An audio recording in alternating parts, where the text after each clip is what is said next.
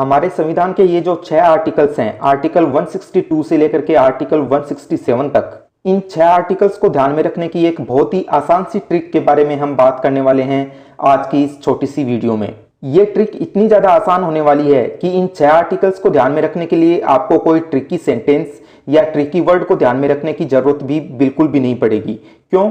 क्योंकि आर्टिकल 162 हमारी लिस्ट का पहला आर्टिकल है, इसलिए ये रिलेटेड होगा 1 के अंक से। आर्टिकल 163 हमारी लिस्ट का दूसरा आर्टिकल है, इसलिए ये रिलेटेड होगा 2 के अंक से। और इसके बाद आर्टिकल 164 हमारी लिस्ट का तीसरा आर्टिकल है, इसलिए ये रिलेटेड होगा 3 के अंक से। और बिल्कुल इसी तरह से ये लिस्ट आगे बढ़ती जाएगी। तो आइए फिर जानते हैं इन सारे के सारे आर्टिकल्स को एक एक करके। जैसा कि मैं आपको पहले ही बता चुका हूं कि आर्टिकल 162 रिलेटेड होगा 1 के अंक से। तो इस तरह से इस आर्टिकल के लिए जो कीवर्ड हमें ध्यान में रखना है, उस कीवर्ड की शुरुआत होगी हिंदी वर्णमाला का जो पहला अक्षर होता है क, उससे।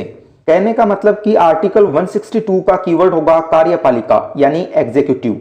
तो इस कार्यपालिका या एग्जीक्यूटिव कीवर्ड से इस आर्टिकल की हेडिंग हो जाएगी राज्य की कार्यपालिका शक्ति का विस्तार यानी extent of executive powers of the state. कहने का मतलब कि यह आर्टिकल हमें इस प्रश्न का जवाब देता है कि स्टेट या राज्य की जो कार्यपालिका शक्तियां या एग्जीक्यूटिव पावर्स होती हैं, उनका विस्तार कहां तक होता है। तो इसका जवाब यह है कि स्टेट के एग्जीक्यूटिव पावर्स का विस्तार उन मैटर्स तक होता है जिन जिन मैटर्स पर स्टेट लेजिस्लेचर यानी राज्य के विधानमंडल को कानून बनाने का अधिकार होता है। बात करें अब आर्टिकल 163 की, तो जैसा कि मैं आपको पहले ही बता चुका हूं कि आर्टिकल 163 जो है वो रिलेटेड होगा 2 के अंक से। तो इसलिए इस आर्टिकल का कीवर्ड स्टार्ट होगा एबीसीडी के दूसरे लेटर बी से, जो कि होगा बाउंड यानी बाध्य। इस तरह से बाउंड कीवर्ड से इस आर्टिकल की पूरी हेडिंग हो जाएगी governor is bound to follow the advice of council of ministers यानी राज्यपाल मंत्रिपरिषद द्वारा दी गई सलाह को मानने के लिए बाध्य होंगे। इस आर्टिकल के प्रोविजंस के मुताबिक राज्यपाल जो हैं वो अपनी मर्जी से अपना काम नहीं करते, बल्कि अपने फंक्शंस को एक्सरसाइज करते समय मंत्रिपरिषद की जो सलाह होती है उसके मुताबिक ही काम करते हैं। हालांकि यहाँ पर यह बात भी ध्यान में रखी जानी चाहिए कि जहां जहां भी हमारे संविधान में यह लिखा हुआ है कि राज्यपाल अपने डिस्क्रिप्शन से डिसीजन ले, उन सिचुएशन में राज्यपाल अपनी मर्जी से डिसीजन ले सकते हैं, यानी उन सिचुएशन में उन्हें मंत्रिपरिषद की सलाह के मुताबिक काम करने की जरूरत नहीं होती। जैसा कि मैं आपको पहले ही बता चुका हूं कि आर्टिकल 164 रिलेटेड होगा 3 के अंक से। तो इसलिए इस आर्टिकल का कीवर्ड स्टार्ट होगा एबीसीडी के तीसरे लेटर सी से, जो कि होगा काउंसिल ऑफ मिनिस्टर्स यानी मंत्रिपरिषद। इस तरह से इस आर्टिकल की हेडिंग हो जाएगी council of ministers other provisions यानी मंत्रिपरिषद से रिलेटेड अन्य प्रोविजन।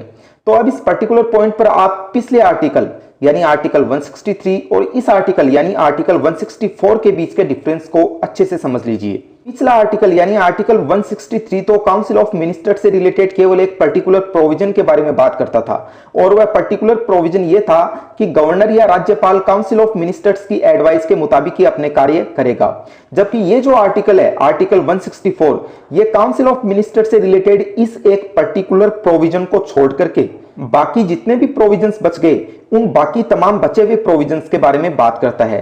जैसे कि फॉर एग्जांपल ये आर्टिकल हमें यह बताता है कि एक राज्य के मंत्रिपरिषद में मंत्रियों की अधिकतम संख्या कितनी हो सकती है। इस आर्टिकल के प्रोविजंस के मुताबिक किसी राज्य के मंत्रिपरिषद में मंत्रियों की अधिकतम संख्या उस राज्य की विधानसभा की जो अधिकतम सदस्य संख्या होती है उसके 15% तक हो सकती है। लेकिन यहां पर यह बात भी ध्यान में रखिए कि किसी भी राज्य के मंत्रिपरिषद में मंत्रियों की मिनिमम संख्या कम से कम 12 यानी 12 तो होनी ही चाहिए। अब आगे के जो ये 3 आर्टिकल्स बच गए हैं आर्टिकल 165, 166 और 167, इन तीनों आर्टिकल्स के लिए भी सेम ही ट्रिक अप्लाई होगी। यानी कि आर्टिकल 165 रिलेटेड होगा 1 के अंक से, 166 रिलेटेड होगा 2 के अंक से और 167 रिलेटेड होगा 3 के अंक से। बात करें सबसे पहले आर्टिकल 165 की, तो जैसा कि मैं आपको पहले ही बता चुका हूं कि आर्टिकल 165 रिलेटेड होगा 1 के अंक से। तो इस तरह से आर्टिकल 165 की जो हेडिंग होगी वो स्टार्ट होगी एबीसीडी के पहले लेटर ए से, जो कि होगी advocate general for the state यानी राज्य का महाधिवक्ता। यहां पर यह बात मैं आपको बता दूं कि जो एडवोकेट जनरल या महाधिवक्ता होता है वह होता है राज्य का फर्स्ट लॉ ऑफिसर यानी प्रथम विधि अधिकारी। और इसका जो काम होता है वो ये होता है कि राज्य सरकार से रिलेटेड तमाम तरह के जो लीगल मैटर्स हैं उन लीगल मैटर्स पर राज्य सरकार को एडवाइस करना और कोर्ट्स या न्यायालयों में राज्य सरकार का प्रतिनिधित्व करना।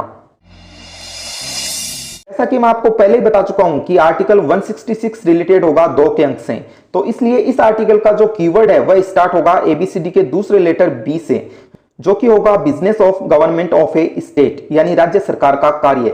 इस तरह से इस आर्टिकल की पूरी हेडिंग हो जाएगी conduct of business of government of A state, यानी राज्य सरकार के कार्य का संचालन।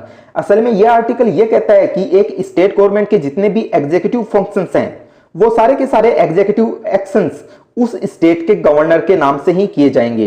हिंदी में बोलूं तो फिर मैं कहूंगा कि एक राज्य सरकार की जितनी भी कार्यपालिका की कार्रवाई है वह सारी की सारी उस राज्य के राज्यपाल के नाम से ही की हुई मानी जाएगी। जैसा कि मैं आपको पहले ही बता चुका हूं कि आर्टिकल 167 रिलेटेड होगा 3 के अंक से, तो इस तरह से इस आर्टिकल की हेडिंग स्टार्ट होगी एबीसीडी के तीसरे लेटर सी से, जो कि होगी communication by the chief minister to governor, यानी मुख्यमंत्री द्वारा राज्यपाल को सूचित किया जाना।